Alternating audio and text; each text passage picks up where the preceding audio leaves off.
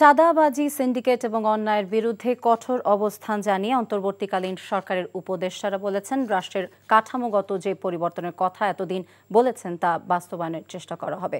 সচিবালয়ে প্রথম কর্মদিবসে ঊর্ধ্বতন কর্মকর্তাদের সাথে বৈঠক শেষে এসব বলেন তারা।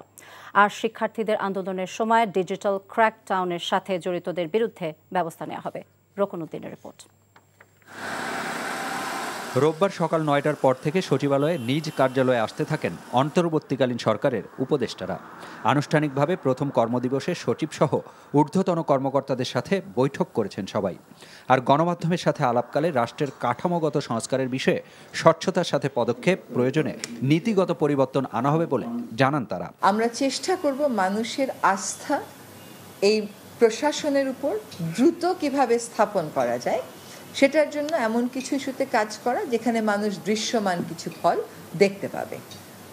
সকল ক্ষেত্রের জন্য সুশাসন, জবাবদিহিতা ও স্বচ্ছতা নিশ্চিত করার জন্য প্রশাসনিক কিছু ব্যবস্থা আমরা গ্রহণ করব। অস্বচ্ছতা যেখানে আছে সেটা আমরা দূর করব। স্টেক হোল্ডারদেরকে আমরা অংশীদার করব যাতে করে স্বচ্ছতাটা তৈরি হয়, এবং অ্যাকাউন্টেবিলিটিটা আমরা নিশ্চিত করব। সেখানে এদের কি মনিটরিং মেকানিজম আছে আমি এটা বুঝবো। প্রয়োজন হলে আমরা নতুন মনিটরিং মেকানিজম অন্তর্ভুক্ত করব।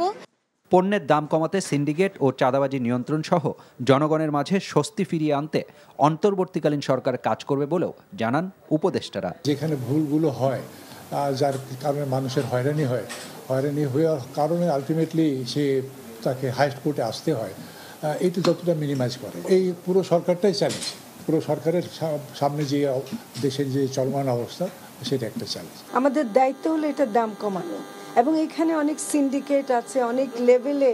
যেমন আমি একটা জায়গায় শুনছি যে শুধু চাঁদাবাজির কারণে দাম বেড়ে যায়। তো আমার মনে হয় যে সেই সব জায়গায় কিন্তু একটা মন্ত্রণালয় একা কাজ করতে পারবে না, এটা পরিকল্পনা মন্ত্রণালয়, অর্থ মন্ত্রণালয় সবাই মিলে করতে হবে। আর ইন্টারনেট সেবা পাওয়া সবার অধিকার উল্লেখ করে ভবিষ্যতে গতি কমানো বা বন্ধের মতো পদক্ষেপ ঠেকাতে ব্যবস্থা নেওয়া হবে বলে জানান সংশ্লিষ্ট উপদেষ্টা। ইন্টারনেট বন্ধ বলেন বা সেটাকে সীমিত পর্যায়ে নিয়ে আসা, এই মানবাধিকার বিষয়টাকে মাথায় রেখেই করতে হবে, যাতে কারো মানবাধিকার লঙ্ঘিত না হয় এবং তথ্যের অবাধ প্রবাহ থাকে, যাতে সাংবাদিক সহ শুরু করে সবাই সেই সত্যটি জানতে পারে। তবে আমি আজকে চেষ্টা করব প্রথম দিনই যে গত আন্দোলনে যে ডিজিটাল ক্র্যাকডাউন আমরা বলেছি ইন্টারনেট বন্ধ করে, তার তদন্তের জন্য আজকে আমি ব্যবস্থা নেব যে কেন এই ঘটনাটি ঘটেছিল এবং কারা সেটার সাথে জড়িত ছিল। বর্তমানে দেশ জুড়ে চলা অস্থিরতা মোকাবেলা করে স্বাভাবিক পরিস্থিতিতে ফিরিয়ে আনাকেই চ্যালেঞ্জ উল্লেখ করে এজন্য প্রয়োজনীয় পদক্ষেপ নেওয়া হচ্ছে বলেও জানান অন্তর্বর্তীকালীন সরকারের উপদেষ্টারা। রকনউদ্দিন, NTV নিউজ, ঢাকা।